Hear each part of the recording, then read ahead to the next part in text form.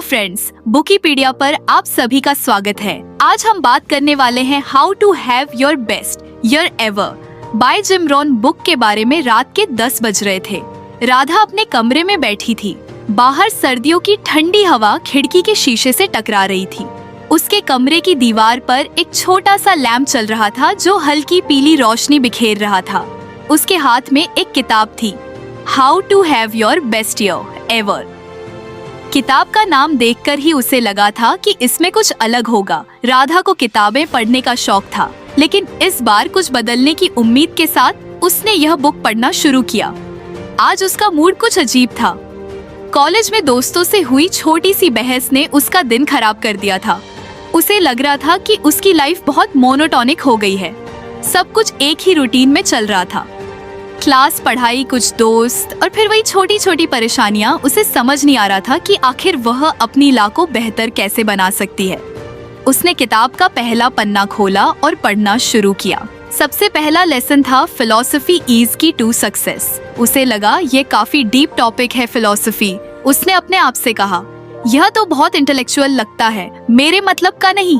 लेकिन फिर क्यूरियोसिटी ने उसे रोक लिया। उसने सोचा, चलो पढ़कर देखते हैं। लेखक जिम रोहन ने लिखा था कि हमारी फिलॉसफी यानी कि हम अपनी लाइफ और सिचुएशंस को कैसे देखते हैं, वह सबसे बड़ा फैक्टर है जो हमारी सक्सेस को डिफाइन करता है। राधा को यह बात सुनने में कुछ अजीब लगी। उसने खुद से सवाल किया, यार फिलॉसफी से लाइफ में क्या बदलेगा? मार्क्स तो हार्ड वर्क से आते हैं ना। हैप्पीनेस भी तो बाहर की चीजों से डिपेंड करती है, दोस्तों से, फैमिली से, अचीवमेंट से। फिर ये इंटरनल माइंडसेट वाली बात कहाँ से आई? लेकिन जैसे जैसे उसने पढ़ा उसे बातें समझ में आने लगी। किताब में लिखा था कि हम अपनी एक्सटर्नल सर्कमस्टेंसेस को बदल नहीं सकते, जैसे तेज हवा, बारिश या कोई मुश्किल। इन पर हमारा कंट्रोल नहीं है, लेकिन हम अपनी सेल को एडजस्ट कर सकते हैं। यानी कि हमारा इंटरनल माइंडसेट ही हमें किसी भी सिचुएशन में स्ट्रांग बना सकता है। राधा कुछ देर के लिए रुक गई। उसने खिड़की से बाहर झांकते हुए सोचा, मतलब यह कहना चाह रहे हैं कि दुनिया वही रहेगी, पर मुझे अपना नजरिया बदल होगा। क्या सच में यह इतना आसान है? उसने खुद से कहा, शायद, लेकिन मैं ट्राई तो कर सकती हूँ। किताब में आगे एक लाइन थी जिसने राधा को बहुत इम्पैक्ट किया। A successful life is built on a few simple discipline practice consistently while failure results from repeated errors in judgment. Radha को यह पढ़कर ऐसा लगा जैसे कोई उसे सीधे सीधे समझा रहा हो। उसने सोचा, ओके, तो मतलब छोटे छोटे सही डिसीजंस लेने, कंसिस्टेंटली, और गलतियों को बार बार रिपीट नहीं करना है। ऐसा तो सुनने में आसान लगता है, पर शायद करना मुश्किल होगा। उसे अपनी लाइफ के कुछ मोमेंट्स याद आने लगे, जैसे वह सुबह जल्दी उठने की प्लानिंग हमेशा करती थी, लेकिन फिर स्नज बटन दबा देती थी। पढ़ाई के लिए नोट्स तैयार करने का सोचती थी, लेकिन प्रोक्रेस्टिनेट कर देती थी। उसे अचानक एहसास हुआ कि उसकी फेलियर्स का बड़ा रीजन यही था, एरर्स इन जजमेंट। राधा ने सोचा, शायद मुझे अपने हर छोटे डिसीजन को कुछ थॉटफुली लेना चाहिए।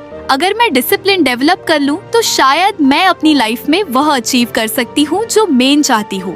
अब तक उसकी क्यूरियोसिटी बढ़ चुकी थी। उसने किताब के इस हिस्से को अंडरलाइन किया और अपनी डायरी निकाली। वह हमेशा कुछ अच्छा पढ़ने के बाद नोट्स बनाती थी ताकि वह बातें उसे याद रहे। उसने लिखा, एक फिलॉसफी मैटर्स। हम जो सोचते हैं वह हमारी रियलिटी को शेप करता है। To control the sail, not the wind.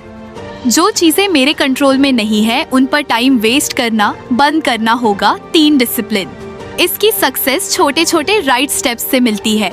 Radha ने जब यह लिखा तो उसे कुछ बेटर महसूस हुआ। उसे लगा कि वह अपने लाइफ के एक नए चैप्टर की शुरुआत कर रही है। उसने खुद से कहा, राधा, अगर तू आज से ही अपनी सोच को बदलना शुरू करे, तो शायद तेरा आने वाला साल सच में बेस्ट ईयर एवर बन सकता है। उस रात उसने सोने से पहले एक नया गोल सेट किया। उसने सोचा, मैं हर दिन बस एक छोटा सा डिसिप्लिन प्रैक्टिस करूंगी।